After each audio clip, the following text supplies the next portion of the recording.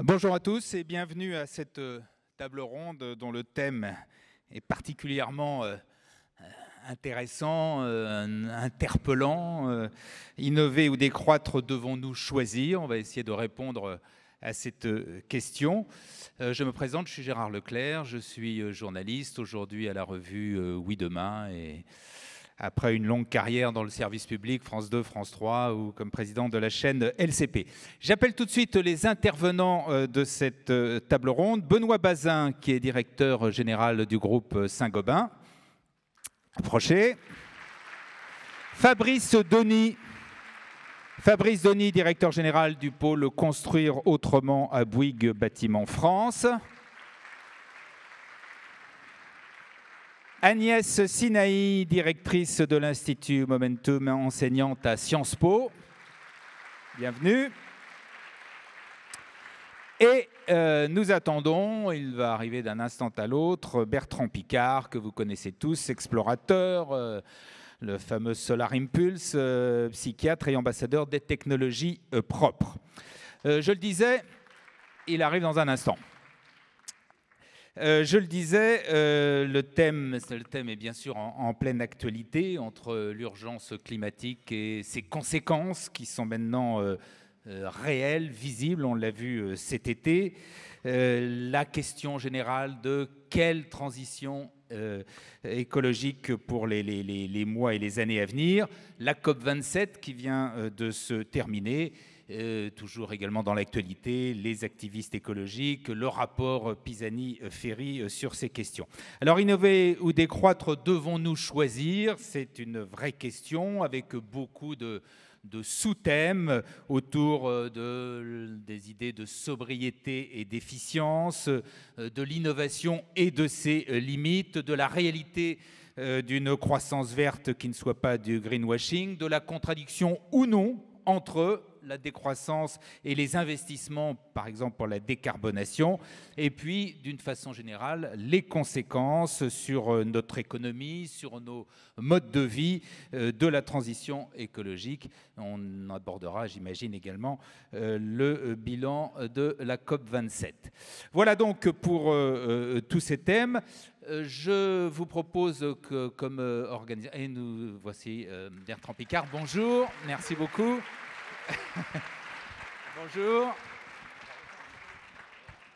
Donc Bertrand Piccard, explorateur, psychiatre, ambassadeur des technologies propres. Donc je vous propose de procéder de la façon suivante. Il y aura d'abord, on va débattre entre nous avec une première série d'interventions. Je demande à tous les intervenants d'essayer de la limiter à 5-6 minutes pour qu'ensuite, bien sûr, on revienne par une série de questions, d'abord entre nous et ensuite avec vous, donc autour de tout ce qui tourne autour de ce thème général. Et puis nous aurons également donc question de 2 étudiants de grandes écoles qui sont associés à ces universités de la Terre. Et donc vous-même, vous pourrez poser vos questions. Voilà, donc on va démarrer tout de suite avec, on va essayer de faire comme souvent ça ne se passe pas dans les débats, c'est-à-dire de commencer par vraiment essayer de répondre assez brièvement forcément, mais de répondre à cette fameuse question, innover ou décroître, devons-nous choisir? Et je me tourne vers Bertrand Piccard. Si je vous pose cette question, innover ou décroître, est-ce qu'il faut choisir? Est-ce que c'est l'innovation qui va nous sauver? Ou est-ce qu'au contraire, on n'échappera pas à la décroissance? Ça dépend à qui on parle. Parce que c'est clair que notre monde est devenu fou, démesuré. On consomme trop, on produit trop, on gaspille trop. Et dans l'absolu, le rêve idéaliste, utopique, évidemment qu'il faut décroître. Parce qu'on ne peut pas continuer à croître dans un monde avec des limites finies. Mais maintenant, si vous dites ça, qu'est-ce que vous impliquez? Qu'est-ce que vous créez comme réaction? Chez les écologistes qui sont convaincus de ça, vous êtes applaudis. Mais est-ce que c'est les écologistes qui sont convaincus de ça qui font la loi? Est-ce que c'est eux qui décident des orientations de notre monde? Non. C'est qui décide des orientations de notre monde? C'est ceux qui ne sont pas convaincus de tout ça. C'est ceux qui parlent le langage du profit, c'est ceux qui parlent le langage de la création d'emplois. Et si vous leur dites que vous devez décroître économiquement, eh bien, vous allez créer de la résistance, vous allez créer de l'opposition, exactement comme on a vu depuis 50 ans. Depuis 50 ans, le langage écologique, qui était pourtant un langage de protection de l'environnement absolument indispensable, était un langage qui a fait peur parce qu'il était trop rébarbatif, il était trop axé sur le sacrifice, sur la baisse de mobilité, la baisse de confort, sur la baisse du développement économique, et il n'a pas fait d'émule. Et c'est peut-être une des manières d'expliquer aujourd'hui pourquoi on en est arrivé à une situation aussi catastrophique, à 2 doigts d'un désastre écologique sans précédent. Donc moi, en tant que psychiatre, parce que je suis aussi psychiatre et pas seulement explorateur, ce que j'essaye de faire, c'est de parler le langage des gens que je veux convaincre. C'est pour ça que j'ai dit, ça dépend à qui on parle. Moi, ma cible, c'est ceux qui sont capables de changer le monde. C'est le monde politique, c'est le monde économique, c'est le monde industriel, c'est le monde financier. Et à ceux-là, il faut leur dire quoi, à mon avis? Bon, on en débattra après. Mais à mon avis, il faut leur dire qu'il faut bien sûr décroître le gaspillage, bien sûr décroître l'inefficience, mais continuer à croître l'économie, c'est possible et c'est même nécessaire. Parce que c'est quand même avec l'économie, le développement de l'économie, qu'on paye les salaires des gens qui ont besoin d'un salaire pour vivre. C'est avec ça qu'on redistribue de l'argent pour la santé, pour l'éducation, pour la sécurité sociale, pour les caisses de retraite. Donc en fait, on fait vivre les gens avec l'économie.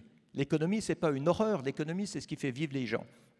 Donc mon message, c'est qu'on peut développer aujourd'hui l'économie beaucoup mieux, en utilisant des solutions techniques qui existent aujourd'hui, pas des idées vagues et abstraites du futur qui deviennent un alibi pour ne rien faire aujourd'hui, pas du tout ça, des solutions concrètes qui existent aujourd'hui, qui sont économiquement rentables et qui protègent l'environnement. Et comment c'est possible de protéger l'environnement de manière rentable? Eh bien, c'est en étant enfin efficient. Efficient, ça veut dire qu'on peut obtenir un meilleur résultat en consommant moins de ressources, donc en gaspillant moins. Et pour moi, l'économie que je prône, c'est l'économie dans laquelle l'efficience, introduite partout, permet de remplacer ce qui pollue par ce qui protège l'environnement, permet d'économiser des ressources naturelles, permet, puisqu'on gaspille moins, de faire du profit qui peut ensuite être redistribué. Donc, c'est pour ça que moi je parle de croissance qualitative. La croissance qualitative, c'est celle qui permet de créer des emplois, de faire croître l'économie en remplaçant ce qui pollue par ce qui protège l'environnement, donc en fait en modernisant notre monde, qui est aujourd'hui un monde de gaspillage, un monde archaïque et un monde qui ne fonctionne pas. Merci Bertrand Piccard. Bien évidemment, vous allez réintervenir tout à l'heure. Je me tourne vers Benoît Bazin, donc directeur général du groupe Saint-Gobain, l'une des plus belles, des plus grandes entreprises françaises. Vous fabriquez notamment, bien évidemment, du verre, de la laine de verre, une série de matériaux de construction. Je vous pose la même question. Dans quel état d'esprit êtes-vous? Quelle est votre réponse à cette question? Innover ou décroître? Devons-nous choisir? Est-ce qu'on peut ne pas choisir et dire que tout va se faire par l'innovation? Vous êtes une entreprise, donc normalement, on peut penser que c'est votre orientation.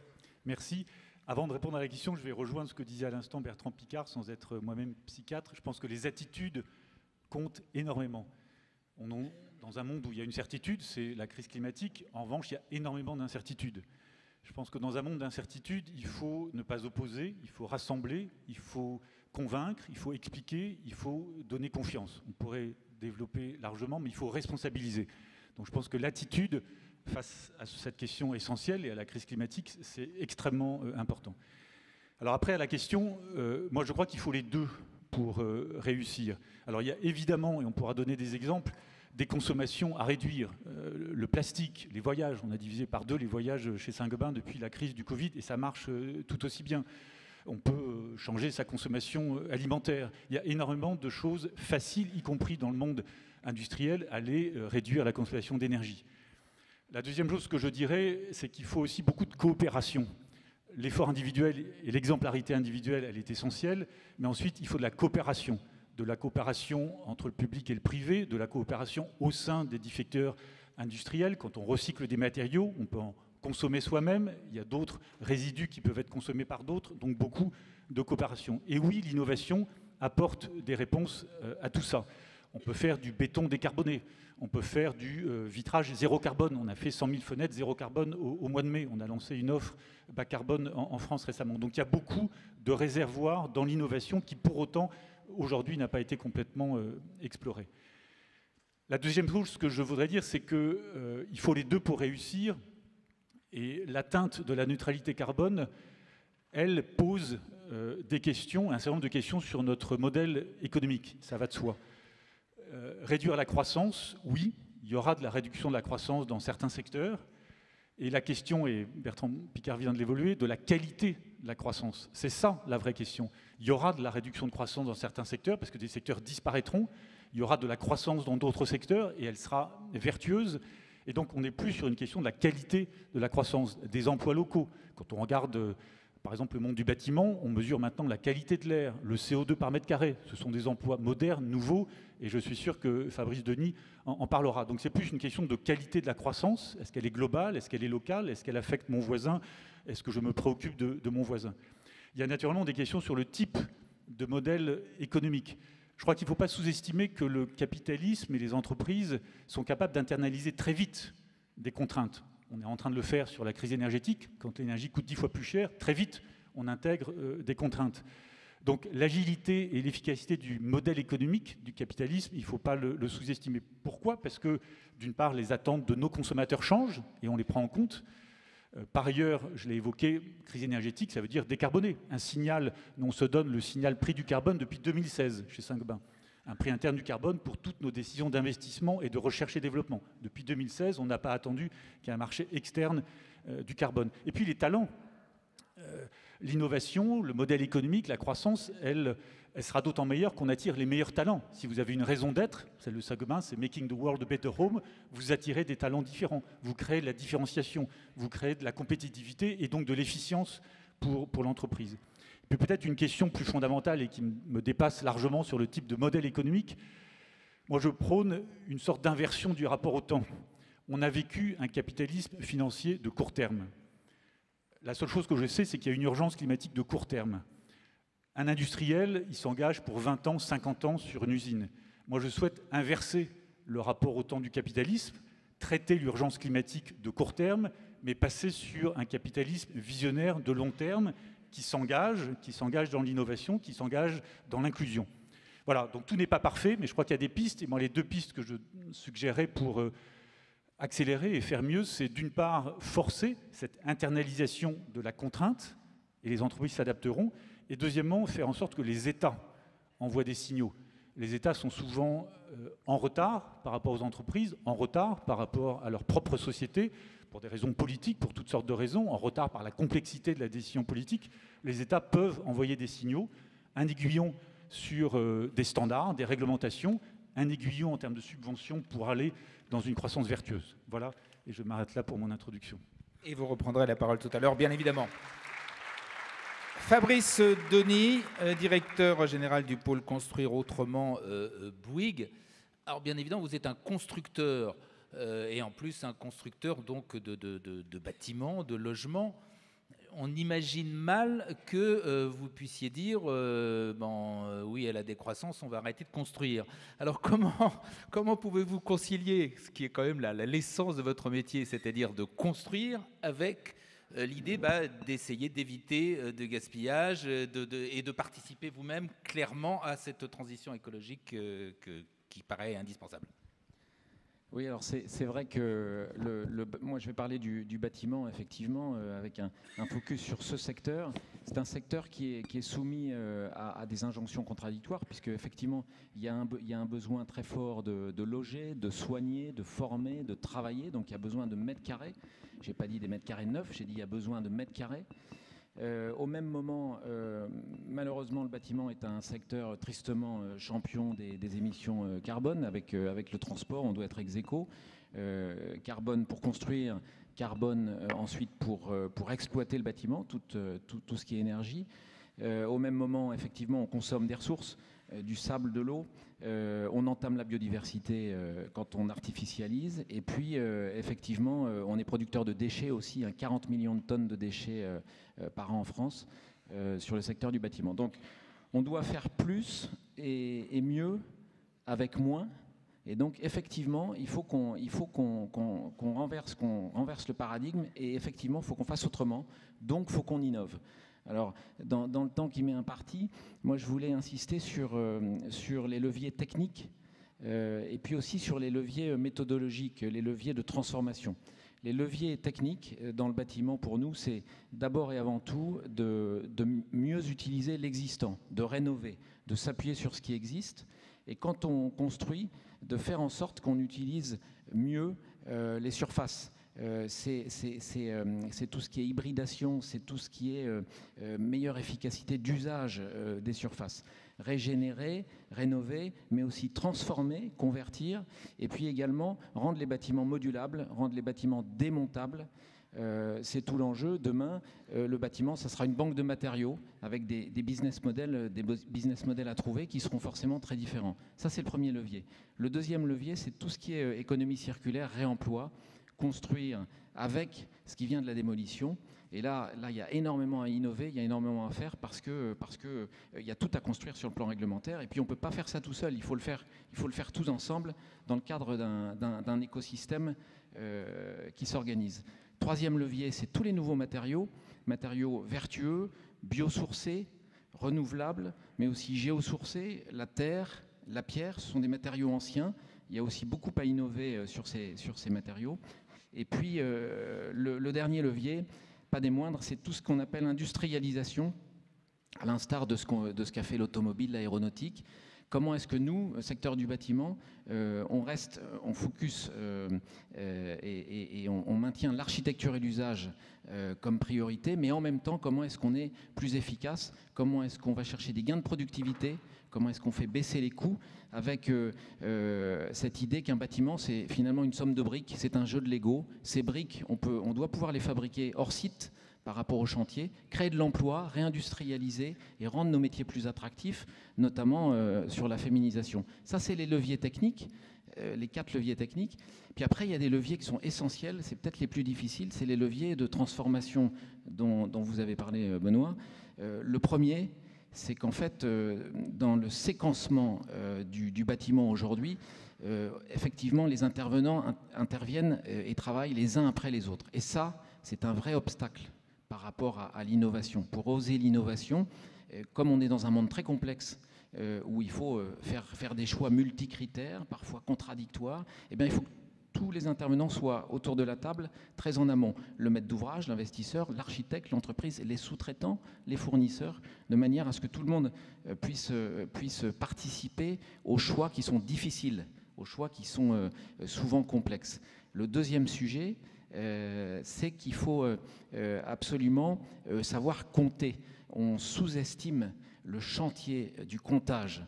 Compter, évaluer, quantifier, pour être capable d'étiqueter. C'est ce qu'a fait le bâtiment avec ce fameux label BBCA. Être capable d'étiqueter, c'est être capable de dire à un client, mon bâtiment, il est vertueux, et donc, si tu veux un bâtiment vertueux, eh bien, je te le démontre qu'il est vertueux, et donc je vais pouvoir le vendre plus cher. Et ça, c'est le troisième sujet.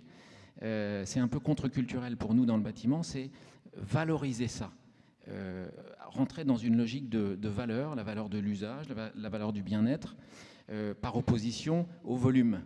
Et à partir du moment, j'en arrive donc à la réponse à la question, à partir du moment où on rentre dans une logique de valeur, on va créer de la croissance de valeur, qui va créer de la valeur pour les clients, pour les actionnaires, pour les collaborateurs. Et donc, on restera dans une logique de croissance avec des flux économiques, mais ça sera une croissance. Alors, M. Picard parle de croissance qualitative.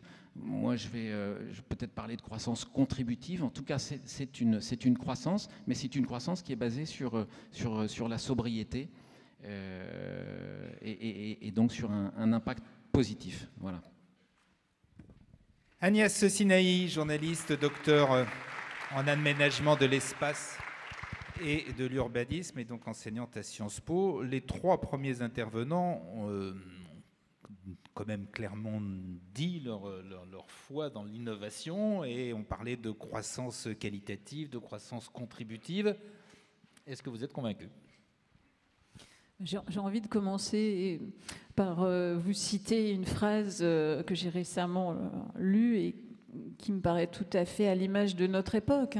Notre civilisation aura réussi 2 prouesses, rendre possible de faire du ski alpin en Arabie Saoudite, mais rendre impossible le ski dans les Alpes parce que les glaciers ont fondu.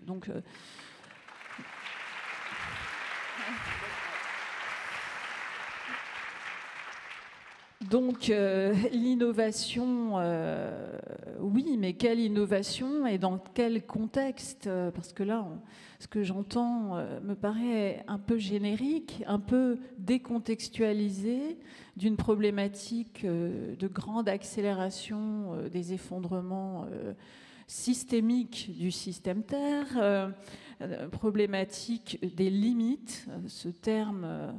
c'est celui qui a fondé toutes les réflexions sur la décroissance à partir du rapport Halte à la croissance, les limites à la croissance de 1972 des Meadows.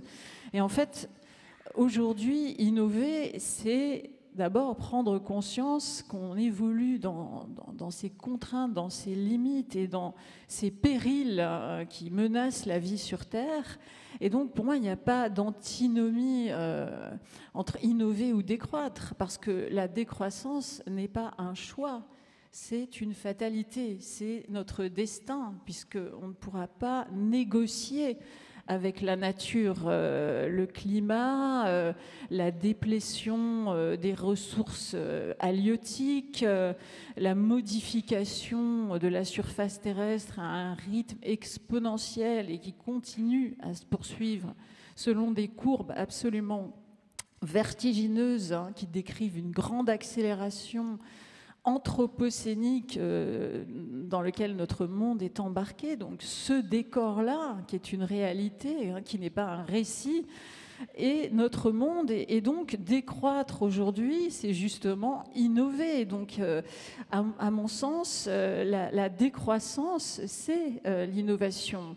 Mais ça n'a rien à voir avec le discours du découplage, le discours de l'efficience n'est pas un discours de décroissance, parce que le découplage, par exemple, ce qu'on appelle augmenter l'intensité énergétique, c'est-à-dire toujours produire plus mais en consommant moins d'énergie, cette promesse du découplage n'est pas advenue, de même que la promesse de l'économie circulaire ne se réalise pas. On constate qu'en valeur absolue, le nombre de déchets continue à augmenter, là encore, selon une courbe exponentielle, et qu'on a beau prôner avec la meilleure volonté du monde l'efficience, le recyclage, l'économie circulaire, la compensation, ce qu'on appelle zéro énergie nette, la neutralité carbone,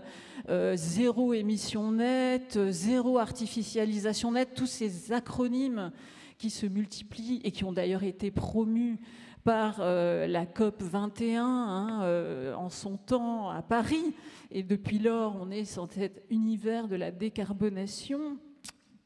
Très bien. Mais en valeur absolue, un rapport qui est sorti le 9 novembre pointe que le secteur du BTP représente 37% des gaz à effet de serre du monde, et que cette hausse se poursuit. Alors, il n'y a pas à pointer ni ce secteur, ni un autre, mais à se poser et se dire que non, on ne peut pas continuer à manipuler des oxymores. Il n'y a pas de croissance comme ça à la carte dans un monde où les ressources s'épuisent à grande vitesse et dans un monde qui, en fait, est en train de devenir inhabitable. Donc, innover, encore une fois, c'est penser l'habitabilité du monde, les conditions d'habitabilité du monde, comment habiter ce monde, comment atterrir. Innover, c'est par exemple, c'est pas de la technologie, c'est un rapport au territoire, c'est un rapport là où on vit, c'est réhabiter de manière très sobre son milieu et se vivre comme un être vivant parmi d'autres dans un milieu donné. Et donc la métropolisation, par exemple, qui fait partie des promesses de la croissance, est quelque chose qu'il faut abandonner. C'est un modèle d'évolution et du rapport à l'espace qui est déjà obsolète. Donc, si je reprends la question qui était posée,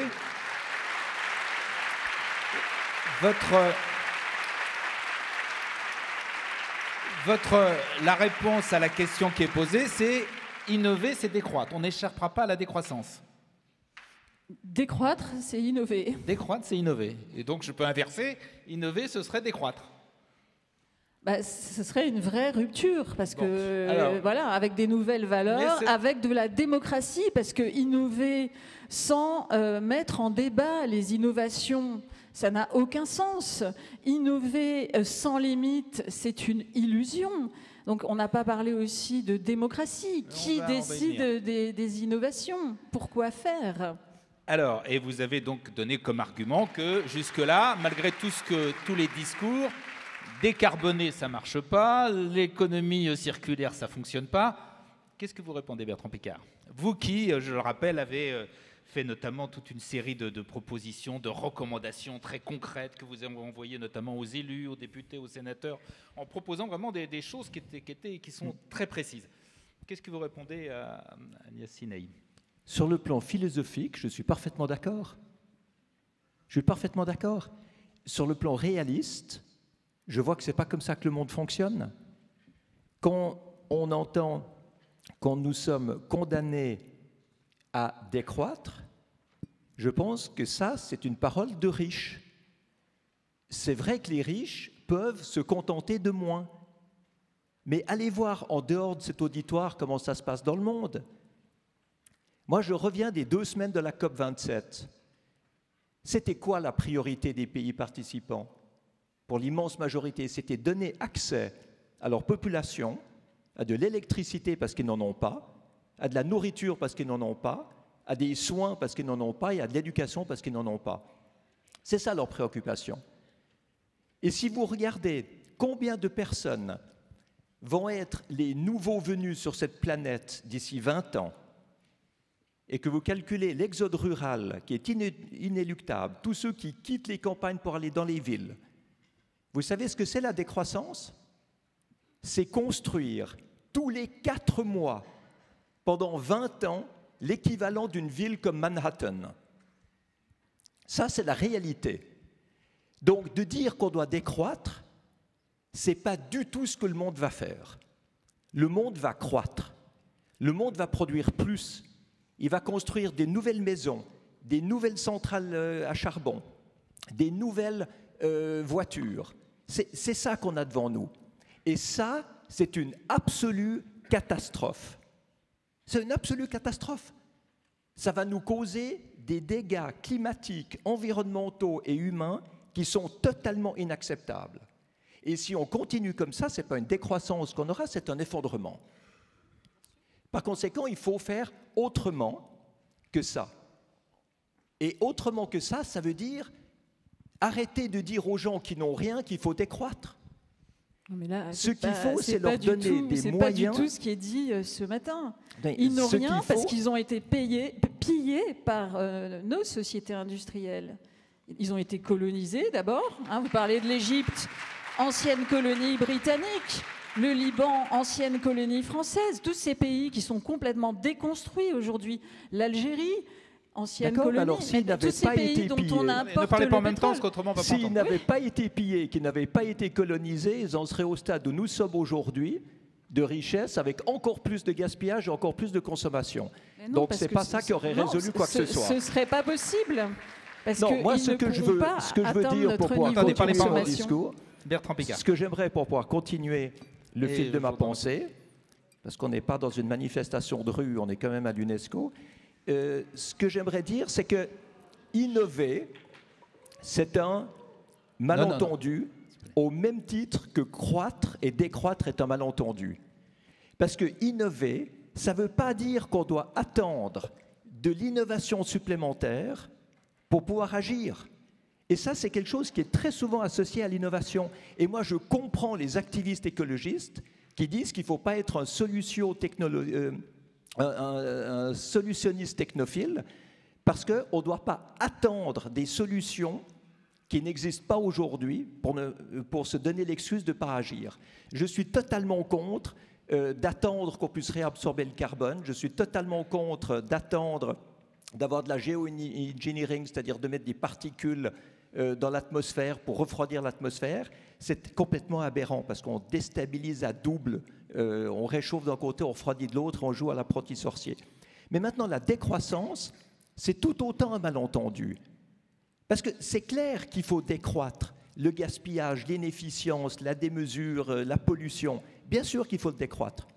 Mais mon pari à moi, et quand je m'exprime auprès du monde politique et du monde économique, c'est là-dessus que je mise. C'est qu'on peut créer plus de valeur, plus d'emplois et plus de redistribution et plus de solidarité en remplaçant ce qui pollue par ce qui protège l'environnement.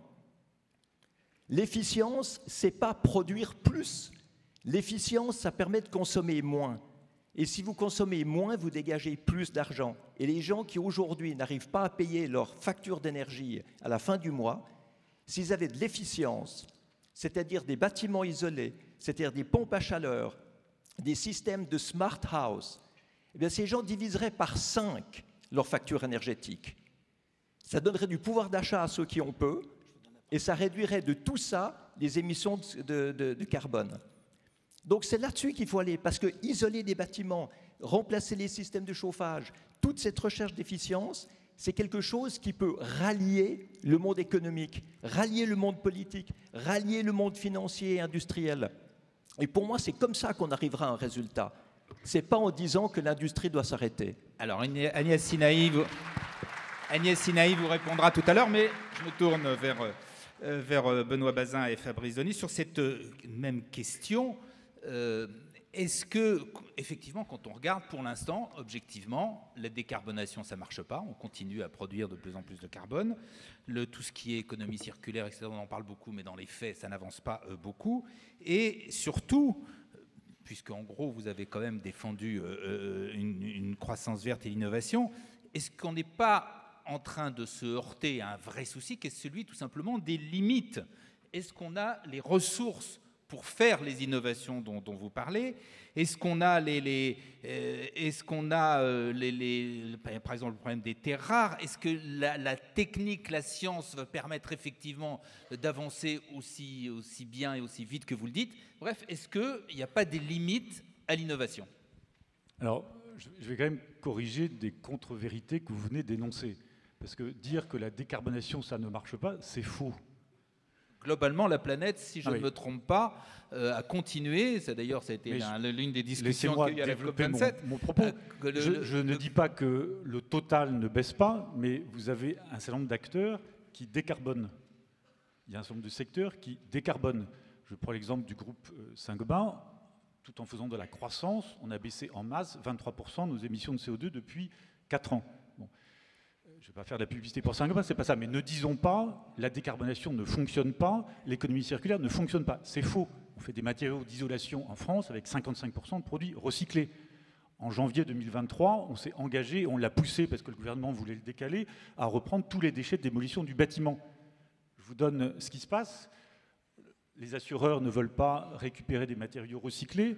L'AFNOR ne veut pas donner les garanties. Le gouvernement ne veut pas donner les réglementations pour de l'anti-feu sur des matériaux recyclés. C'est ça ce que vivent les industriels. Ils savent recycler les matériaux. Les pouvoirs publics, les standards du bâtiment ne suivent pas. Mais ça marche.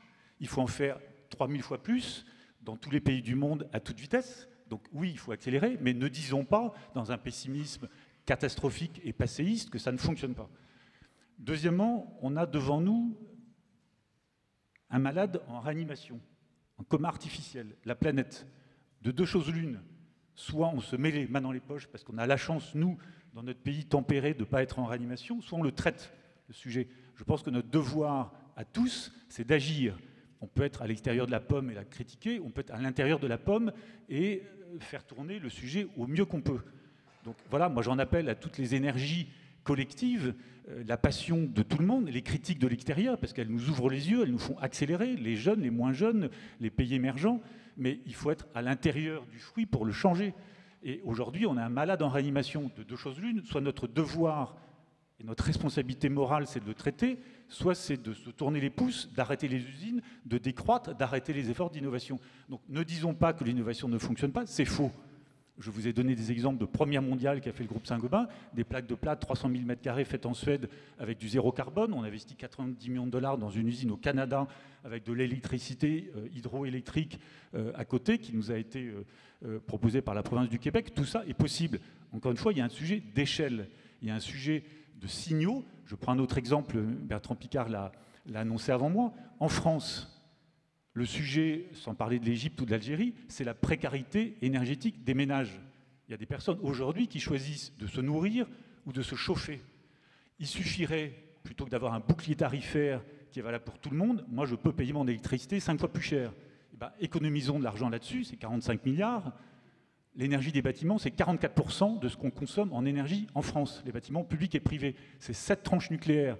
Pour ceux qui ne voudraient pas de tranches nucléaires, il suffit de baisser l'énergie du bâtiment, on économise 6 tranches. Donc traitons le sujet de l'efficacité énergétique du bâtiment, prenons une partie des 45 milliards du bouclier tarifaire. Qu'est-ce qu'on fait? 45 milliards qui partent dans la fenêtre pour du gaz qatari, pour du gaz américain, avant c'était du gaz russe, et 2,5 milliards dans la prime rénov'.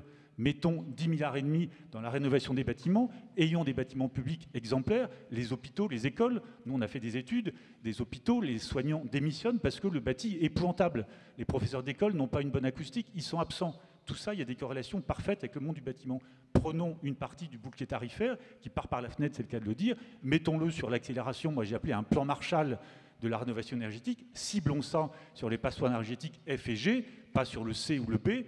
Accélérons sur ces sujets-là et traitons, par exemple, si je prends l'exemple de la France, ce sont nos concitoyens, en disant l'éradication des 5 millions de passoires énergétiques qui en France. Et ça, c'est possible, les solutions existent, il n'y a même pas besoin de faire l'innovation, les solutions existent. Il faut mettre en branle tout le système, il faut accélérer le soutien du pouvoir public, il faut continuer de former des artisans et de les attirer. Ayons des signaux visibles dans le long terme, accélérons, et c'est ça, devant nos portes, la précarité énergétique en France en 2022. J'ai pris l'exemple parfois de Strasbourg.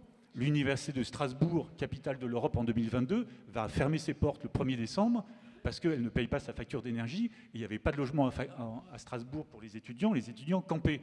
Ce n'est pas l'ambition que j'ai pour la jeunesse d'aujourd'hui, ni de laisser une dette dégradée, ni de laisser un climat dégradé, ni de dire à nos étudiants « prenez le Wi-Fi dans la tente parce qu'il est meilleur ». Donc passons à l'action et les solutions existent. Fabrice Denis,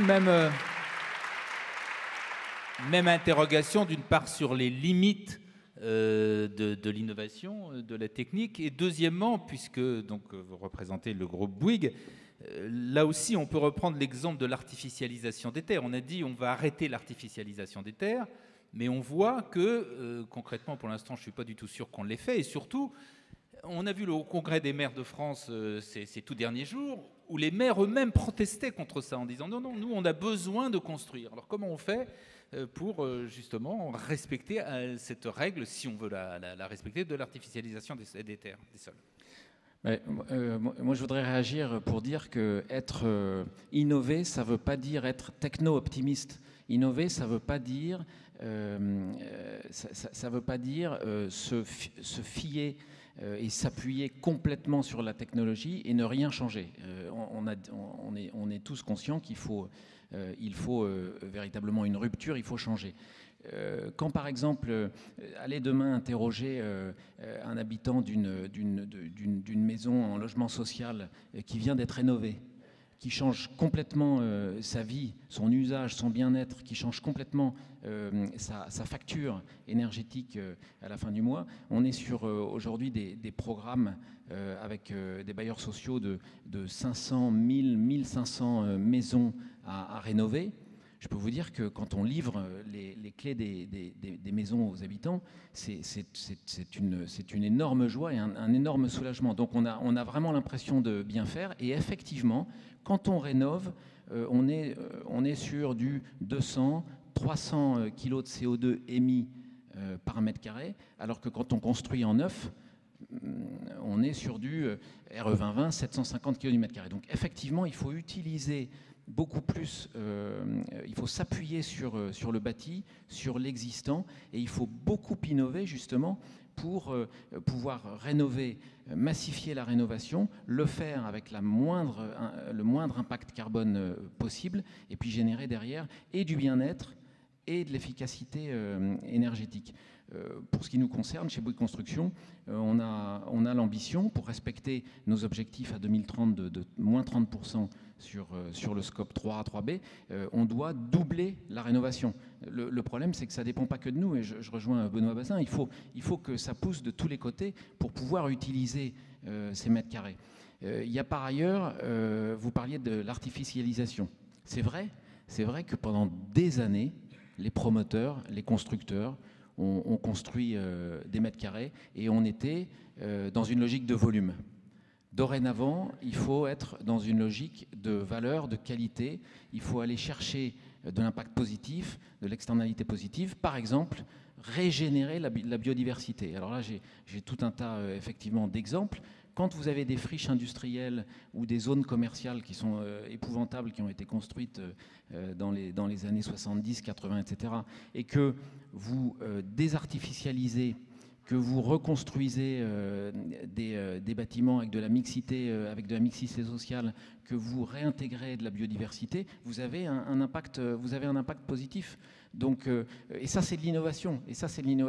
Et le gros sujet pour nous, effectivement, c'est de résoudre cette difficulté qui est, ne nous le cachons pas, que les produits, les solutions décarbonées sont souvent, presque toujours aujourd'hui, plus chers. Comment est-ce qu'on fait pour tous ensemble, pour que ça soit moins cher, abordable, et ça nécessite effectivement de l'innovation.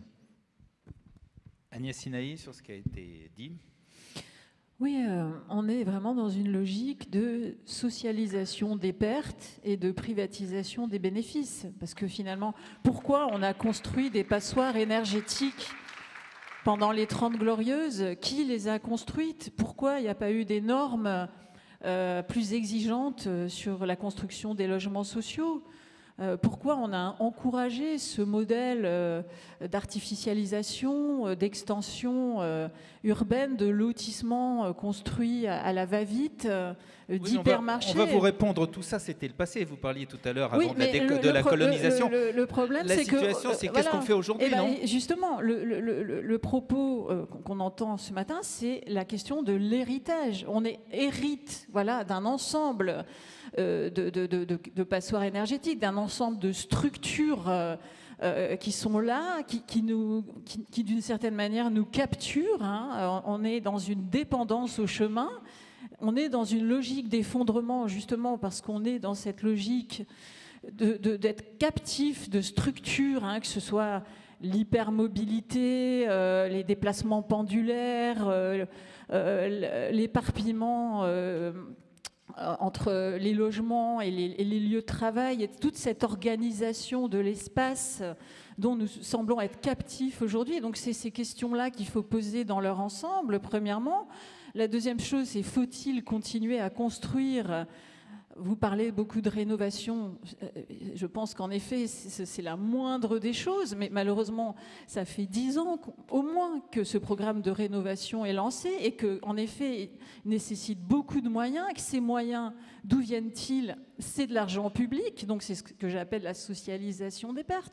On demande aux contribuables, aux citoyens, finalement, de payer cette facture énergétique héritée de pratiques de construction inappropriées. Bon, alors ok, qu'est-ce qu'on fait au présent? Il y a beaucoup de choses à dire. Premièrement, encore une fois, je pense que ce modèle de métropole, de croissance urbaine, d'étalement, de mythification des grandes villes, du Grand Paris par exemple, on voit la construction gigantesque du Grand Paris Express, le fait de coloniser des terres agricoles et de ne jamais poser la question de l'articulation entre la construction et l'agriculture par exemple, de quoi on va vivre demain. Est-ce que Paris pourra importer 95% de son alimentation pendant des décennies, en période de réchauffement climatique, d'interruption éventuelle des flux d'approvisionnement? On en a eu un avant-goût pendant le Covid. Bref, les questions ne sont pas binaires, donc il ne s'agit pas décroître ou innover. Je trouve que c'est une question binaire. Il ne s'agit pas non plus de claquer dans ses doigts et de dire il y a des solutions. D'abord, il n'y a pas de solution parce qu'on est dans une logique, en effet, d'effondrement systémique et que si solution il y a, c'est un véritable changement de paradigme. C'est un changement de Attendez, valeur. là, il faut vous préciser, parce que s'il n'y a pas de solution, on clôt tout de suite la table ronde. Il n'y a pas des solutions. Dans la situation telle qu'elle est aujourd'hui, dans le constat que chacun fait, il y a bien sûr. Qu'est-ce qu'on fait? On s'inscrit dans une réflexion systémique déjà. Évidemment, rénover, c'est très bien. Mais peut-être que arrêter de construire et investir des bourgs en déshérence, hein, il y en a plein, des villes dites en décroissance, Alès, Saint-Étienne, il y a plein de bourgs aujourd'hui en déshérence en France. Pourquoi ne pas revivifier ces bourgs, ces villes moyennes, plutôt que d'étaler un Grand Paris inaccessible en plus en termes de coût d'accès au foncier? C'est d'ailleurs pour ça que ces messieurs savent bien qu'aujourd'hui, plus personne ne peut s'acheter un appartement neuf quasiment dans la métropole parisienne. De même que la rénovation aussi a un coût. Bon là, je crois qu'en effet, la rénovation n'est pas un problème, c'est une solution et qu'on peut tout à fait débloquer des fonds massifs pour rénover, comme c'est le cas par exemple à Valenciennes. Vous avez des grands programmes de rénovation sociale très avancés, très intéressants en France. Évidemment, il faudrait les généraliser. Ça, évidemment, c'est faisable. Mais là, on raisonne au coup par coup. Et peut-être que la question à se poser, c'est la question de l'articulation du bâti, encore une fois, avec l'habitabilité. Comment on s'inscrit dans l'espace? Est-ce qu'il faut continuer à construire? Alors, puisqu'on est dans le bâtiment, voilà. On va poser demander une réponse. Fabrice Denis et Benoît Bazin. Fabrice Denis. Moi, vous avez tout à fait raison quand vous parlez des villes moyennes qu'il faut réinvestir, quand vous parlez d'organiser les circuits alimentaires. Et c'est là que ça rejoint ce que j'essayais de dire tout à l'heure, c'est qu'effectivement, quand on travaille sur un projet urbain, les élus, les aménageurs, les développeurs immobiliers, les constructeurs, c'est là où il faut arriver, contrairement à ce qui a dû se passer dans les décennies précédentes, c'est là où il faut arriver à travailler ensemble, justement pour prendre en compte toutes ces problématiques dans leur complexité. Et moi, j'adhère à ce que vous dites sur le fait qu'il faut prendre en compte tous les enjeux et toutes les externalités positives. Et croyez bien qu'on essaye de le faire sur chaque projet. Je pense à Link City, qui est le développeur immobilier de Bouygues. Je fais un peu de pub. Je peux vous dire que Link City, vous avez une quantité de jeunes spécialistes, notamment des sociologues, notamment des spécialistes sur tout ce qui est écologie avec des écologues. Et on cherche véritablement à générer de l'externalité positive. Je peux vous assurer. Donc, en phase avec vous sur ce que vous dites. Benoît Bazin. Moi, je veux sortir du monde du bâtiment ou des matériaux parce que je pense qu'il faut prendre aussi une vue plus large. Je crois que fondamentalement, l'être humain, il a de l'espérance, il a de l'espoir, il a de l'ambition. Moi, j'aime beaucoup la montagne. Les premiers qui ont gravi l'Everest, quand on leur demandait pourquoi vous gravissez l'Everest, parce qu'elle est là. Et je crois que dans l'esprit humain, la créativité, l'envie d'aller de l'avant, je crois qu'on fête l'anniversaire de Magellan il y a quelque temps, aller au-delà de la frontière, et je ne dis pas que c'est aller détruire la planète, mais aller de l'avant, ça fait partie de la dynamique humaine, peut-être à la différence de l'animal. C'est peut-être une des rares choses qui nous différencie. Et je crois que ça, c'est extrêmement positif. Si je prends un domaine qui n'est pas celui du bâtiment, la santé. C'est vrai que si on n'avait pas fait de programme à la santé, il n'y aurait pas eu 8 milliards d'habitants sur Terre. Ce serait plus simple, il n'y aurait pas le sujet d'aujourd'hui. Et il n'y aura pas 10 milliards en 2050. Fondamentalement, on est content d'être en vie, on n'est plutôt pas trop mécontent, il n'y a plus beaucoup de masques dans la salle, d'avoir trouvé un vaccin, ou en tout cas, j'ai ma fille qui est interne en réanimation, les 100 heures de travail par semaine pendant les 2 ans de Covid, elle n'a pas envie de recommencer. Donc on est content d'avoir pu avancer dans ce domaine-là. Donc je pense que, moi j'en appelle, notamment pour les plus jeunes, à votre intelligence collective. Oui, il y a une urgence, oui, il y a une crise, oui, le malade, il est en réanimation devant nous. Mais le progrès scientifique, j'y crois. L'ambition de l'âme humaine d'aller de l'avant, j'y crois. Ça peut être une dimension morale, philosophique, spirituelle, peu importe. Et ça, c'est de l'espoir. Je crois qu'on a ce devoir. Là, on parle de Paris. Je crois qu'effectivement, si on va sur des populations qui souffrent énormément aujourd'hui, ne serait-ce que pour se nourrir dans certains pays d'Afrique ou d'ailleurs, on a le devoir de leur apporter cet espoir. Et elles migrent, elles vivent pour cet espoir. Donc je pense qu'il faut aller de l'avant. Moi, je crois fondamentalement que c'est la dynamique inhérente à l'être humain et que le progrès scientifique en fait partie. En tout cas, moi, je fais partie de cette tendance-là. Bertrand Piccard. Agnès, vous avez très bien exposé le problème et vous avez posé beaucoup de questions pertinentes. Moi, j'aimerais vous poser une question et ensuite je répondrai à la même question. Si vous étiez président de la République maintenant, vous feriez quoi? Je travaillerai sur la question du foncier agricole. Je travaillerai en priorité sur l'agriculture. Un nouveau modèle. Je favoriserai les métiers de l'agriculture, je revaloriserai l'artisanat, j'offrirai des transports gratuits en commun. Bon, mais malheureusement, je ne serai pas présidente de la République, mais je pourrais continuer comme ça. Je réduirai le temps de travail encore à 32 heures par semaine pour ralentir la production. Je valoriserai davantage des productions non délocalisables. Je lancerai une immense filière du vélo et du cheval. Je développerai les low-tech énergétiques et les low-tech de mobilité. Il y a plein d'innovations possibles dans ce domaine. Les low-tech agricoles également. Perrine Hervé-Gruyet viendra en parler cet après-midi. Les micro-fermes, de la microméthanisation sur les micro-fermes pour développer le biogaz. Je développerai des lignes ferroviaires rurales, je revaloriserai la ruralité, j'introduirai de la culture, donc je valoriserai beaucoup la culture.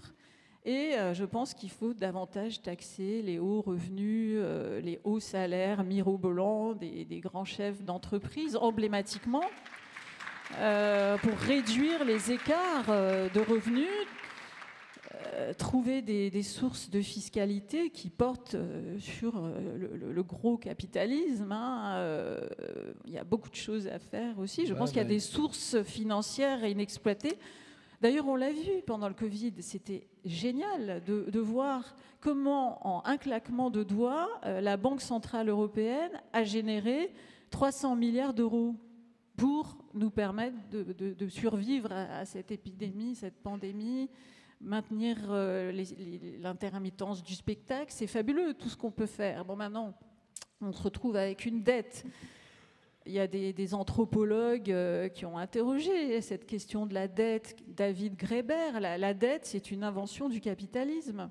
Le taux d'intérêt, c'est une invention du capitalisme. Le taux d'intérêt suppose la croissance économique et la croissance détruit. Donc voilà, cette question du taux d'intérêt, c'est une invention occidentale. Il y a des civilisations qui trouvent que le taux d'usure, c'est un péché. Voilà. Et puis, vous parliez de Magellan. Alors, c'est son anniversaire. Vous avez vu cette série sur Arte fascinante sur ce personnage. Eh bien, justement, ce rapport au monde que Magellan avait, je trouve qu'il faut vraiment l'interroger aujourd'hui. Parce que vous le voyez arriver, certes avec des codes catholiques qui respectent plus ou moins les populations locales, mais enfin, le monde lui appartient finalement. Les sauvages sont des sauvages. Et finalement, c'était pas dans ce registre que je parlais de Magellan, c'était plutôt la découverte du monde et l'ambition humaine. Toute cette valorisation du progrès, évidemment, quand il s'agit de recherche fondamentale et de science, je suis d'accord. Quand il s'agit de médecine et de connaissances, on est d'accord. Mais quand simplement aller de l'avant pour aller de l'avant, comme l'a fait Magellan au mépris justement de l'altérité et d'autres visions du monde, parce que seule prévalait celle de l'Occident conquérant, ben, en fait, on hérite aussi de cette culture-là. Bon, je dis plein de choses. Hein. On a votre programme, il n'y a plus qu'à le mettre en œuvre. Puisqu'il nous l'a annoncé, on va demander celui de Bertrand Piccard, s'il était président. Et j'aurais pu dire aussi le rationnement, c'est-à-dire une carte carbone annuelle, individuelle, pour la consommation d'énergie fossile. Bertrand Piccard. Moi, je pense que nous sommes victimes aujourd'hui d'une législation qui est aussi archaïque que les systèmes que nous utilisons. Et qu'il est aujourd'hui légal de polluer, légal de gaspiller, légal de mettre tout le CO2 qu'on veut dans l'atmosphère. Et mon axe principal, ce serait de travailler là-dessus. C'est-à-dire de renforcer tout ce qui est normes et standards dans tout ce qu'on utilise pour qu'aujourd'hui, on soit forcé d'utiliser ce qui est le plus écologique, le plus efficient, le moins gaspillant et le moins polluant. Si vous vous rendez compte de la situation dans laquelle on est maintenant en termes de gaspillage, vous verrez que je pense qu'on peut arriver à énormément de changements, à la fois écologiques et sociaux. Parce que le côté social aujourd'hui paye le prix du gaspillage. On est dans quoi comme modèle économique? On est dans un modèle économique qui produit au maximum pour vendre au maximum à un prix toujours plus bas à cause de la concurrence, en écrasant les marges, en écrasant les salaires et en augmentant les déchets qui polluent l'environnement. Déchets, je mets aussi le CO2 là-dedans. Donc c'est un modèle économique qui ne fonctionne plus correctement. Si vous forcez l'utilisation de toutes les techniques, je ne dis même pas les technologies, parce qu'on m'a dit que les Français avaient peur du mot technologie. Donc disons technique. Tout le bon sens, tout ce qui existe aujourd'hui, tout ce qui est le résultat de l'innovation, tout ce qui existe déjà, pas des trucs du futur, tout ce qui existe déjà, qu'est-ce que vous pourriez avoir? Vous pourriez déjà réduire des 3/4 la production d'énergie, parce que les 3/4 de l'énergie produite est gaspillée par les vieux systèmes inefficients qu'on utilise. Si vous réduisez vraiment des 3/4 la consommation d'énergie, sans sacrifice, que par l'efficience, le reste peut être produit avec des énergies renouvelables. Et les énergies renouvelables aujourd'hui représentent un fantastique champ pour l'emploi, parce qu'on a besoin de gens pour les utiliser. Les énergies renouvelables aujourd'hui sont 4 fois moins chères que les énergies fossiles et même l'énergie nucléaire. Donc le côté énergie peut être en bonne partie résolu à ce niveau-là. Sur le plan de la mobilité, on parle de voitures électriques. Mais la voiture électrique, ce n'est pas pour les 5% de temps qu'elles roulent qu'elles sont intéressantes. Parce que si c'est pour ça que vous allez rouvrir des mines de métaux rares, ça ne vaut pas la peine. La voiture électrique, elle est utile pour les 95% du temps où elle ne roule pas, où elle peut charger dans ses batteries des énergies intermittentes pour les décharger sur le réseau quand il y a un pic de consommation. Parce qu'aujourd'hui, le pic de consommation, on y répond avec du charbon et du gaz. Si vous coupez ce pic, vous n'avez plus besoin du charbon et du gaz. Au niveau du bâtiment, je suis nettement moins expert que les autres participants du panel, mais aujourd'hui, vous pouvez avoir 50% de décarbonation dans le ciment, 100% de décarbonation dans le béton. Vous pouvez isoler suffisamment et mettre des énergies renouvelables sur les maisons avec un smart house qui permet d'être neutre sur le plan énergie. Vous n'avez pas besoin d'énergie additionnelle. Vous voyez un peu le gain que ça fait pour les locataires. Sur le plan de l'eau, on gaspille l'eau. Pourquoi? Parce qu'on la laisse couler vers la mer ou ensuite on doit la désaliniser. C'est clair qu'il faut gérer l'eau totalement différent et tous les systèmes pour le faire existent déjà. Et je garde le meilleur pour la fin, c'est les déchets. Aujourd'hui, vous pouvez utiliser 100% des déchets non recyclables pour faire du matériel de construction, du gravier, des meubles. Vous utilisez les vieux pneus pour faire des traverses de chemin de fer et tout le reste peut être recyclé de manière perpétuelle. Tout ça, c'est économiquement rentable. Tout ça, ça fait partie des solutions que la Fondation Solar Impulse a été dénichée partout dans le monde. Ce n'est pas seulement des startups, c'est aussi des grands groupes comme Saint-Gobain. C'est des solutions qui permettent de créer des emplois et d'économiser des matières premières et de l'argent. Mais ça ne va jamais arriver si la législation ne le pousse pas. C'est pour ça qu'il faut travailler aujourd'hui sur la législation, c'est pour ça qu'il faut exiger des législateurs qu'ils soient beaucoup plus ambitieux, parce qu'une grande partie des solutions que je vous ai décrites là, elles sont interdites. Même en France, elles sont interdites. Vous ne pouvez pas décharger votre voiture sur le réseau parce que ça fait peur à EDF.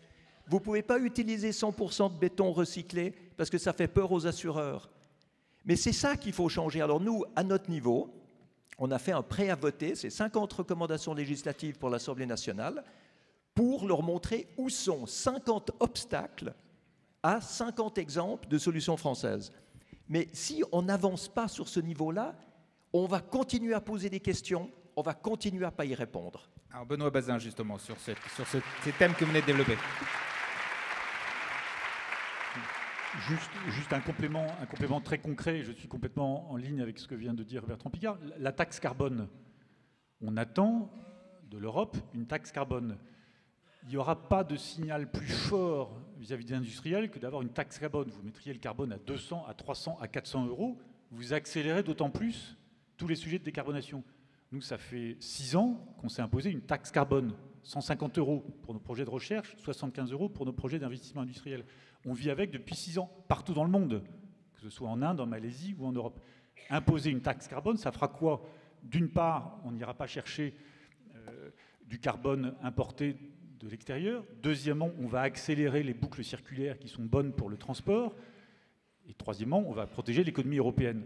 Par exemple, de façon très concrète, une taxe carbone à 200 € aux bornes de l'Europe, ça favoriserait une très grande accélération de la décarbonisation de l'ensemble des chaînes industrielles et logistiques, ça favoriserait les boucles d'économie circulaire, dont le recyclage. Bon, ben ça, c'est quelque chose que nous, on appelle de nos voeux depuis des années. Donc il y a un processus politique, effectivement, qui est très lent, qui est compliqué, qui fait sans arrêt des compromis et qui est toujours en retard. Bon, mais voilà, il faut collectivement qu'on pousse sur ces sujets-là pour y arriver. Agnès Sinaï, rapidement, parce qu'ensuite on va demander les questions de la salle. Oui. Sur le prix du carbone, il faut quand même dire que le marché carbone européen a été largement sapé par le fait que le prix du carbone était très bas, du fait aussi des industriels, notamment du BTP, qui demandaient à la Commission européenne une surallocation de quotas et que pendant des années, le carbone ne valait rien. Donc cette histoire de marché carbone s'est révélée totalement inefficace et maintenant peut-être que le prix du carbone augmente, mais la taxe carbone, d'une part, elle frappe les ménages modestes et d'autre part, le paradoxe, c'est que les industriels, eux, pendant des années, ont bénéficié d'un marché carbone finalement dérisoire. Un mot. Non. Oui. Non, parce que ce n'est pas le cas. Il y a peut-être des secteurs comme l'acier pour lesquels ça a été le cas. Ce n'est pas le cas de notre groupe Saint-Gobain. Nous, on achète du carbone, on paye du carbone et on demande que le prix du carbone soit beaucoup plus élevé. Donc après, c'est des mécanismes nouveaux, tout ça. Je crois qu'il faut aussi être dans le pragmatisme de dire c'est pas parfait, il ne faut pas attendre 10 ans pour que ce soit parfait, mais on avance et il faut avancer plus vite dans la bonne direction. Voilà. Allez, on passe aux questions de la salle en commençant par... nous avons, comme je l'ai dit, des étudiants qui ont travaillé, qui sont associés à ces universités de la Terre, notamment Supélec, Centrale Supélec, Elio Odus, qui doit être là, oui. Eh bien, bonjour, posez votre question. Vous n'avez pas de micro? Un micro, il arrive, il est derrière.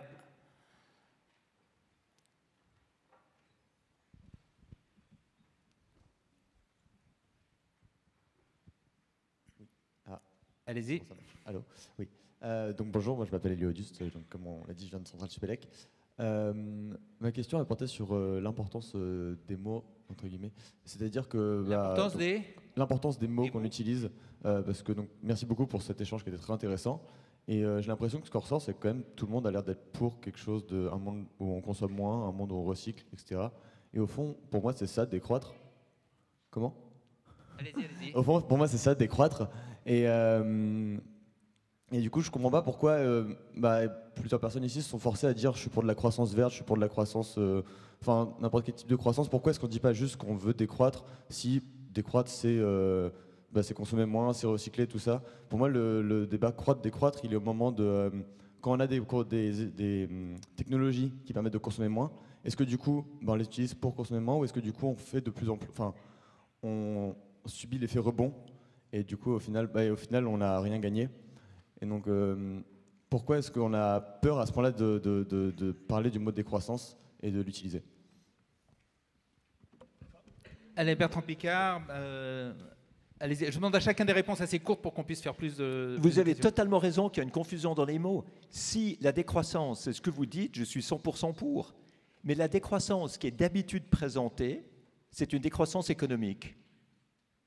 Parce qu'on pense que le paradigme ne peut pas être changé dans le couplage entre la production et le profit. Pour moi, on peut parfaitement découpler production et profit. Et si on est plus efficient en consommant moins et en produisant moins, et qu'on est plus efficient, on va gagner plus. Donc il y aura encore ce qu'il faut comme argent à redistribuer pour la solidarité, santé, éducation, etc. Mais arrêtons de dire qu'il faut faire une décroissance économique. Parce que ça, c'est le malentendu qui fait peur à tout le monde. Parce que la décroissance économique, celle-là, elle ne va jamais passer. Alors, dites décroissance de gaspillage, décroissance de pollution, décroissance de démesure, décroissance d'énergie. Oui, oui, mais vous pouvez le faire tout en gardant l'économie vivante et tout en stimulant l'industrie à utiliser les meilleurs systèmes actuels. Et pour moi, c'est là que vous mettez tout le monde d'accord. Moi, je suis intimement persuadé qu'on peut réconcilier l'écologie et l'économie autour de cette notion de croissance qualitative, mais qui est une croissance économique qualitative et qui se base sur une croissance, et qui se base effectivement sur une décroissance de ressources. Benoît Bazin. Deux réponses concrètes à votre très bonne question. Nous, on est dans 76 pays. Il y a de la croissance de population dans ces pays-là. On ne peut pas leur dire on ne construit pas pour vous. Vous n'avez pas le droit d'avoir un toit. Vous ne pouvez pas être logé. Vous n'avez pas le droit d'aller dans la ville d'à côté pour avoir un emploi. Ce qu'il faut faire tout de suite, et je rejoins Agnès Sinaï, c'est pas reprendre les systèmes constructifs d'il y a 150 ans, mais leur apporter, si possible tout de suite et de façon abordable économiquement, les bonnes solutions de construction durable et des matériaux recyclés et une bonne efficacité énergétique, carbone, etc. Ça, c'est par exemple la population en pays émergents, elle croît et elle va continuer de croître. Donc il faut les loger dans mon domaine très vite, très bien, tout de suite, avec de la construction durable. En sens inverse, si je me place par exemple en France, vous indiquez que dans matériaux d'isolation, on a déjà un peu plus de 55% de matériaux recyclés. Si je prends les fenêtres, on sait recycler la bouteille comme ça à 90%. Aujourd'hui, les fenêtres en France, il y a entre 5% et à peine 10% de recyclage. Qu'est-ce qu'il faut faire? Il faut qu'il y ait une filière qui se crée. Il y a une loi qui rentre en jeu au 1er janvier 2023. Le gouvernement voulait la décaler. Nous, on a demandé d'avoir cette contrainte. Et là, on peut à ce moment-là produire les quantités de fenêtres qu'il faut pour remplacer les vieilles fenêtres simple vitrage et avoir de l'efficacité énergétique, mais avec moins de matériaux et avec le matériau des fenêtres simples qu'on aura à recycler. Et donc là, vous ne faites pas de la croissance au terme de pollution de la planète. Au contraire, vous allez faire de l'efficacité énergétique du bâtiment en France et avec des matériaux recyclés. Mais la contrainte sur laquelle il faut s'activer tous collectivement, c'est comment on accélère, non pas de 5, mais à 25 et un jour à 100%, le recyclage des fenêtres en France, pour un exemple très concret. Donc voilà deux perspectives géographiques différentes sur lesquelles, effectivement, il faut calibrer nos mots. Fabrice Denis. Oui, il s'agit bien d'une décroissance de volume de l'utilisation des ressources, tout en maintenant des emplois et tout en trouvant des solutions à nos problèmes. Moi, ce que je voulais ajouter par rapport à la discussion tout à l'heure sur le politique et en lien avec votre question, c'est qu'on voit que, il y a un gros travail sur le fléchage des financements. Il y a énormément d'argent qu'il faut arriver à flécher vers les projets vertueux. Et on voit que les investisseurs, on le voit de plus en plus, les investisseurs ont des grilles ESG le suivent de plus en plus près. On les voit sur nos projets, ils sont extrêmement exigeants et c'est tant mieux sur les externalités positives des projets. On voit aussi que la taxonomie européenne, elle arrive, elle va amener beaucoup, parce qu'effectivement ça va flécher les investissements vers des bons projets, des projets qui ont de l'impact positif, environnemental, social. Et donc là on est effectivement dans de l'économie, mais dans de l'économie vertueuse. Et je voudrais ajouter un deuxième point, c'est que ce qui est important aussi, notamment avec les jeunes, c'est de travailler avec vous sur toute l'économie de fonctionnalité, l'économie de la circularité. Comment est-ce qu'on va demain générer de la valeur, avoir des emplois sans utiliser les ressources. Et ça, nous, les grands groupes, on est obligés d'y réfléchir parce que c'est notre avenir. On doit changer aussi nos modèles progressivement. Autre question, cette fois-ci de Édouard Escure, HEC.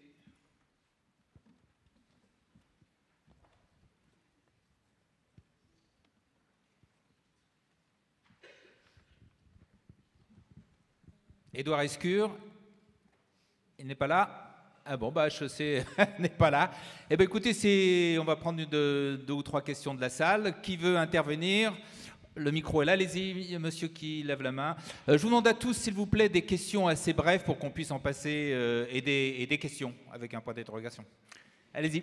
Bonjour, merci beaucoup. Donc, je suis Guillaume, étudiant. Moi, j'avais une question sur la démocratie. Ça a été très bien, subtilement évoqué.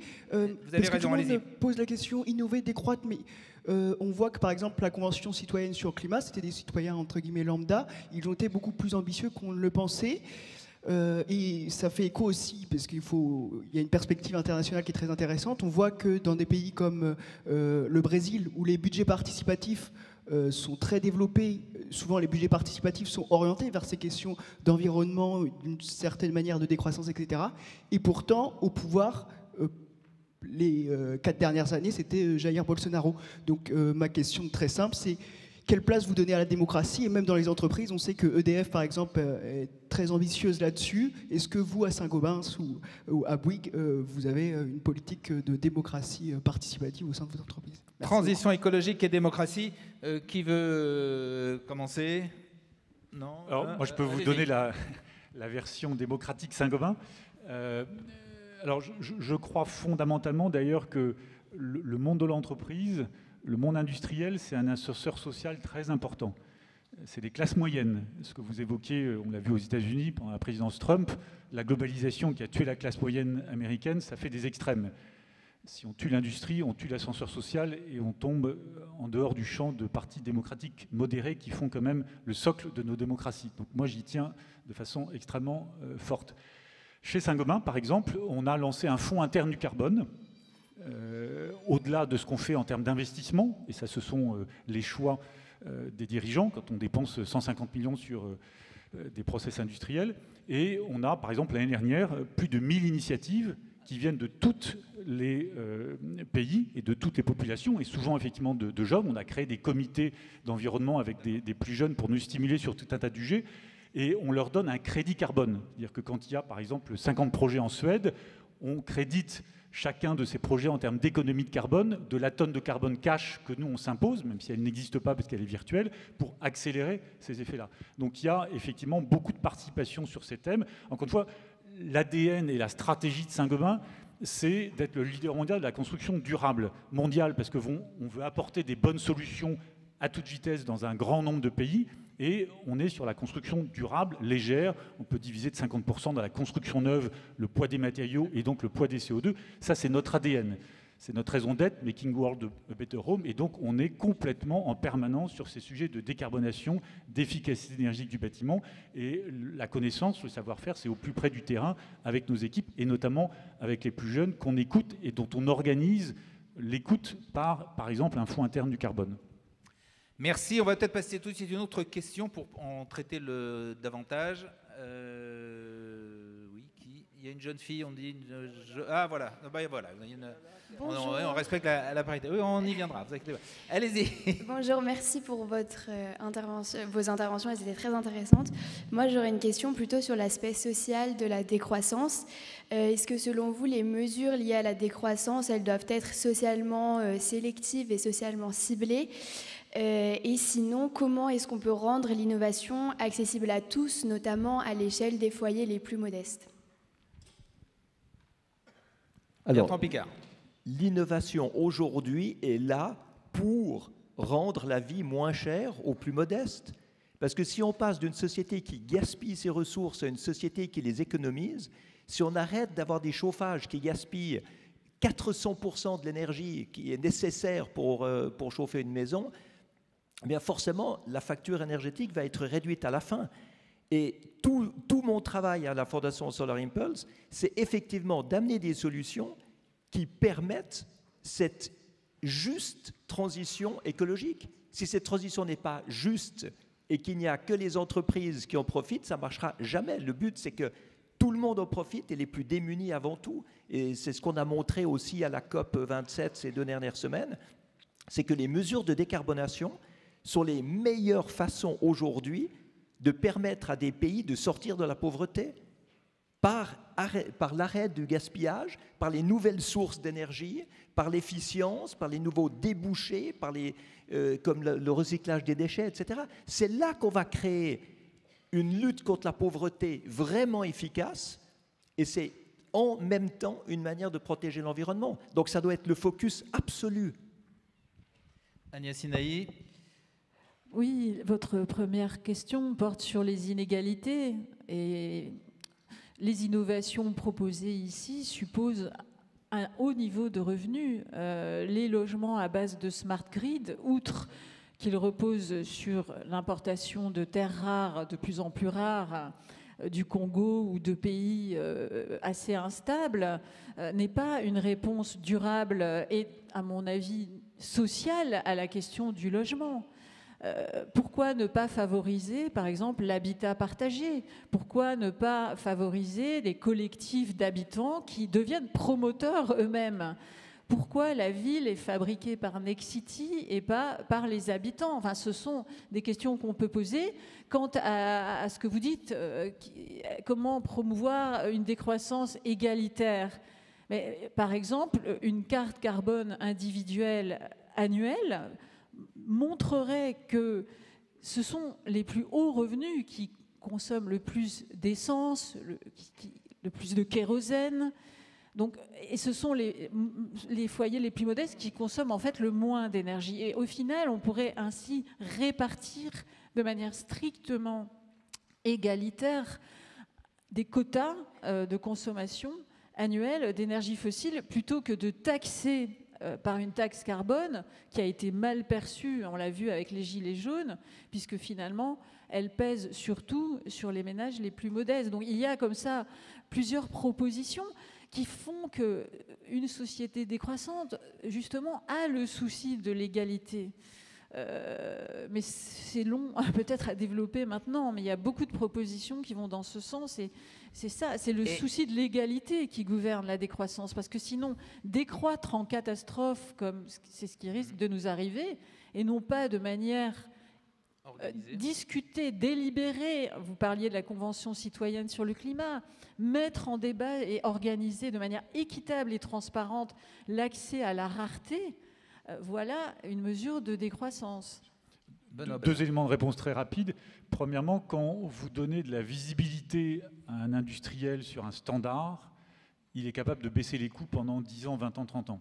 Donc plus il y a d'échelle sur des standards du bâtiment, plus un industriel saura baisser les coûts et donc les rendre accessibles à tout le monde, premièrement. Deuxièmement, il y a un mécanisme qui fonctionne plutôt bien en France, mais qu'il faudrait multiplier par 5 ou 10. Je vous ai indiqué que moi, ma recommandation, c'est de mettre la prime rénov' sur les bâtiments F ou G, pour que le reste à charge ne soit pas de 90% pour des personnes qui ne peuvent pas de toute façon faire les travaux, mais de 10% ou de 0. Le mécanisme des certificats d'économie d'énergie, qui sont une contrainte sur les obligés, les énergéticiens. Je pense qu'on peut sortir du débat politique qui est assez idéologique sur les taxes sur les super profits. Il vaudrait mieux dire aux obligés énergéticiens, On fait x4, x5 sur les certificats d'économie d'énergie que vous devez apporter. Je ne sais pas si vous connaissez bien le système, mais je ne vais pas le décrire en une seconde. Multiplier par 4 ou 5 ce mécanisme des certificats d'économie d'énergie, prendre cette manne, qui est en fait une taxe carbone pour les énergéticiens, et la mettre sur la prime Rénov' sur les bâtiments F ou G. Et là, ça fait de la justice sociale, parce que c'est ça le sujet de la précarité énergétique en France, et le financement, il est indolore. Donc c'est une réponse, en plus de la réponse de l'industriel, qui a besoin de visibilité pour baisser ses coûts. Merci. Question. On va aller de ce côté-là. Allez-y, allez-y. Madame, vous êtes debout. Donc... Attendez, qu'on vous donne le micro quand même, parce qu'autrement on ne va pas entendre. Ah, il n'y a pas de micro. Le micro ici, voilà, il arrive. Allez.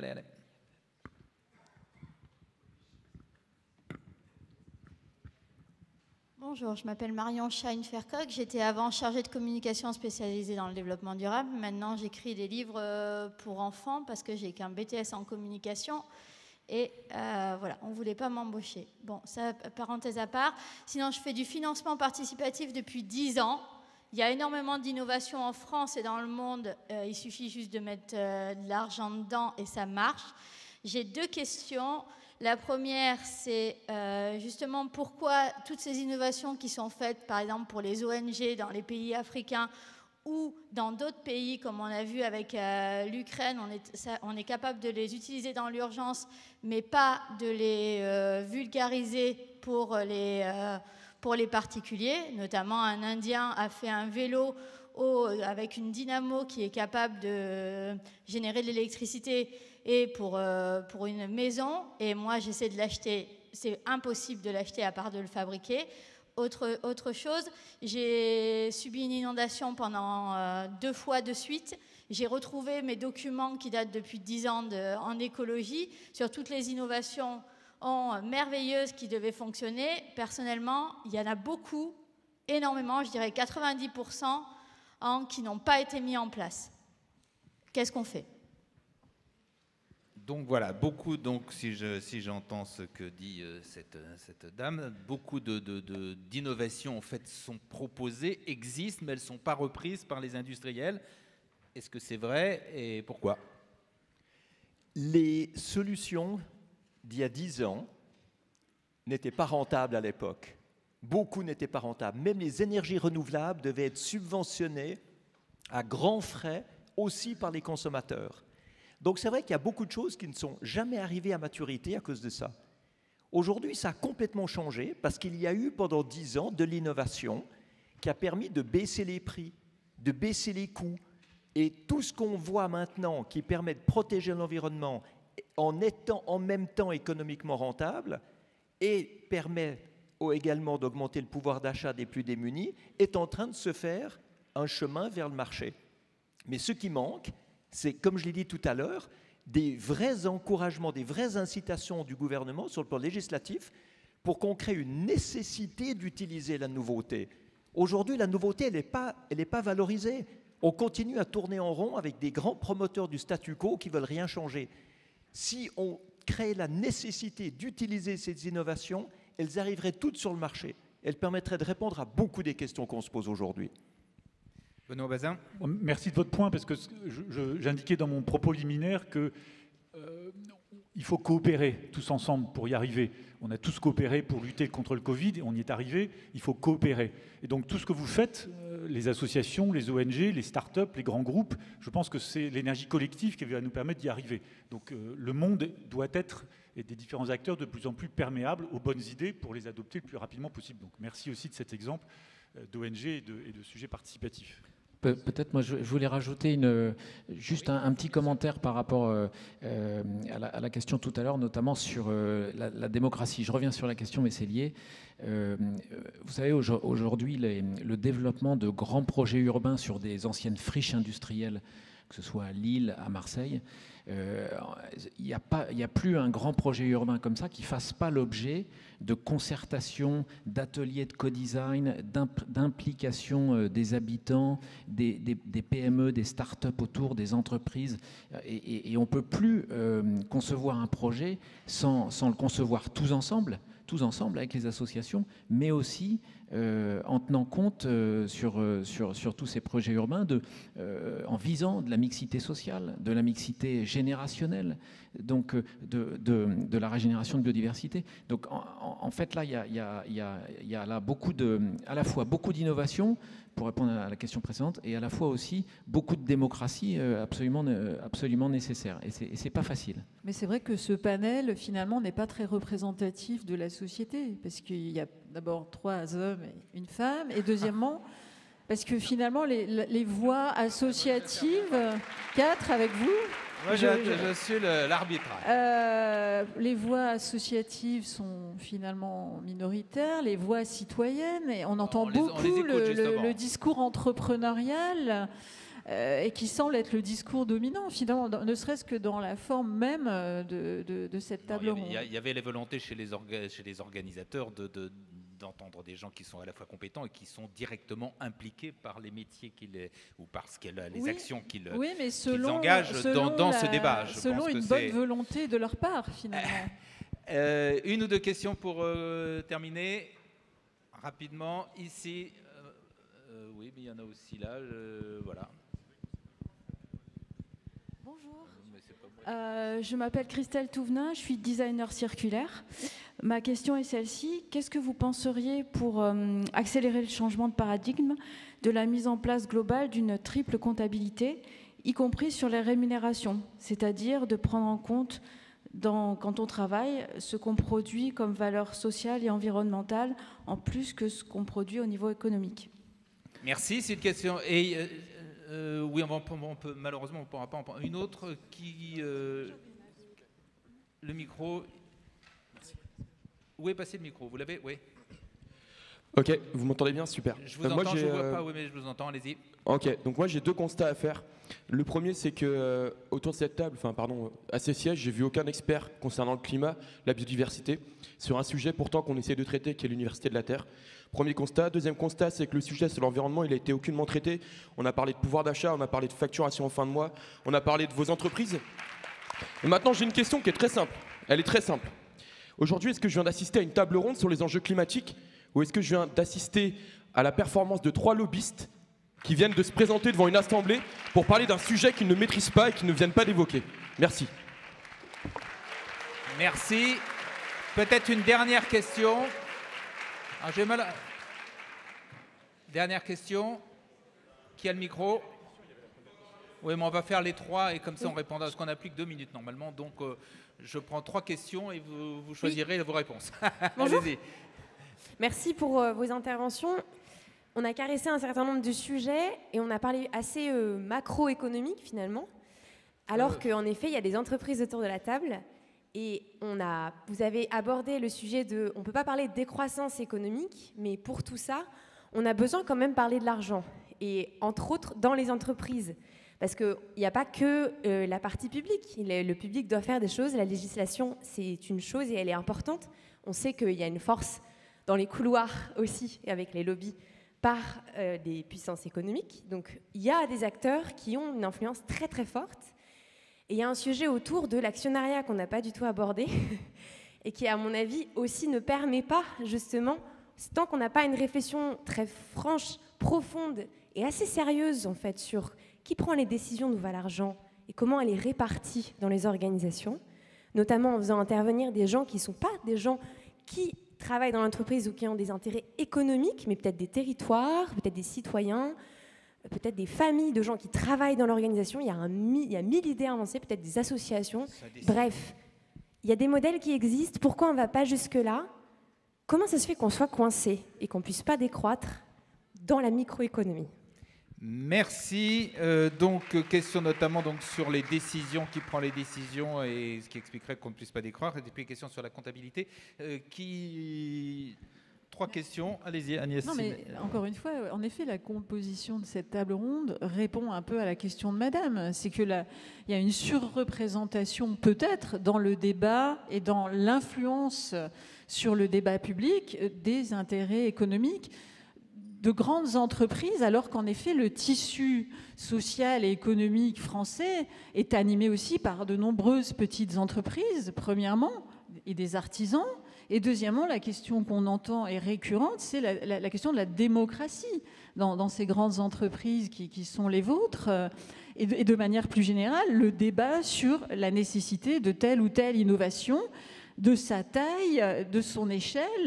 Madame parlait d'un vélo indien, elle parlait d'une low-tech, alors que Monsieur Picard nous parle d'avions solaires et de logements à base de smart grid. Il n'y a pas que ça dans ces propositions. Oui, très franchement, il y en a beaucoup mais d'autres qui sont Picard Je dit beaucoup n'ai de pas choses. mentionné l'avion solaire aujourd'hui. Non, mais Monsieur Picard a dit beaucoup de choses intéressantes, mais ce qui ressort de votre discours, c'est quand même des innovations high-tech. Dont acte. Mais pourquoi on ne débat pas dans seulement. ce pays Voilà, il n'y a pas une Mais pas démocratie du scientifique. tout. Je n'ai jamais parlé de high-tech. Et en Je fait- refuse que vous déformiez mon propos. Quand on réabsorbe la chaleur, Vous pouvez vous reporter sur les 50... quand on réabsorbe la chaleur perdue dans les usines, au lieu de faire du CO2 et qu'on la recycle dans les usines, c'est du low-tech. Quand on isole un bâtiment, c'est du low-tech. Quand on prend de la chaleur dans le sol, c'est du low-tech. Arrêtez avec cette histoire de high-tech. C'est c'est pas du toujours tout de la ça tech, c'est pas beaucoup le de high-tech tech. qui sauvera le monde.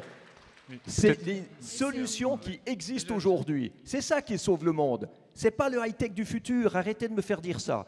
Benoît Bazin. Deux remarques à votre très bonne observation sur les sujets de l'actionnariat. Alors j'ai un tout petit peu entrouvert la fenêtre, c'est le cas de le dire, quand je vous ai parlé de cette volonté d'inverser le rapport au temps.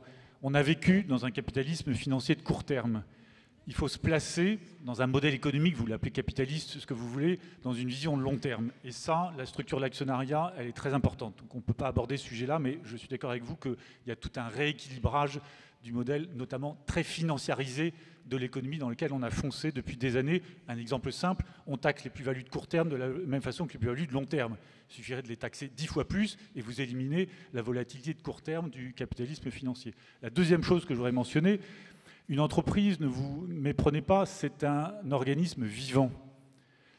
Saint-Gobain vit depuis 357 ans. Si on n'avait pas pris conscience de nos équipes, de nos territoires, de nos clients, de l'environnement, des matières, on ne serait pas là aujourd'hui. La conscience en est encore plus aiguë que ce que nos prédécesseurs ont vécu il y a 300 ans, mais je peux dire qu'on a un organisme vivant et donc on s'inscrit dans cette dynamique-là et ce ne sont pas que les actionnaires et a fortiori les actionnaires financiers de très court terme qui nous guident dans nos actions. Fabrice Denis. Oui, moi, c'est vrai que je suis désolé qu'on soit beaucoup d'hommes. C'est vrai que moi j'ai la chance d'avoir été invité pour représenter Bouygues.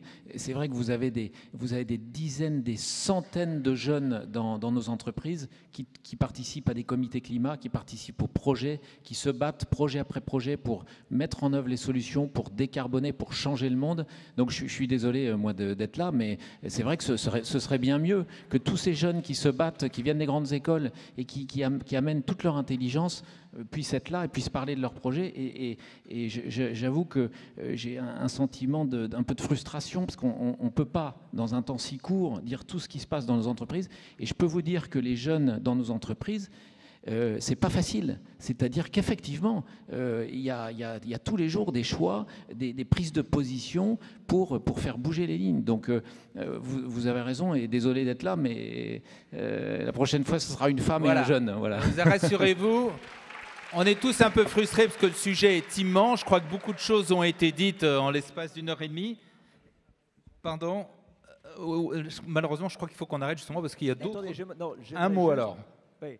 Ce que j'aimerais dire, c'est qu'on est tous un peu convaincus d'avoir raison dans son domaine. Qu'on soit de gauche, de droite, dans l'industrie, dans l'écologie, on est au contact de gens qui pensent comme nous et on pense que le monde entier doit penser comme ça. Moi, ce que je prône et ce que je vous demande, c'est du réalisme. Le réalisme, c'est quand on essaye d'atteindre un résultat indépendamment de sa propre idéologie. Quand on est industriel, on doit mettre des critères écologiques. Quand on est écologiste, on doit tenir compte de l'économie. Quand on est à gauche, on doit prendre en compte des notions économiques. Et quand on est à droite, on doit prendre en compte des questions sociales. Si on fait ça, on arrivera à des solutions, on arrivera à des résultats et on arrêtera ce clivage dans lequel on est qui n'aboutit à rien du tout. Voilà, bah écoutez, si tout le monde est d'accord et si tout le monde applaudit, ce sera le mot de la fin. Merci, merci aux intervenants, Bertrand Piccard, Benoît Bazin, Fabrice Denis et Agnès Sinaï. Et merci à vous pour votre participation. Le débat continue avec toute une série d'autres tables rondes. Merci à tous.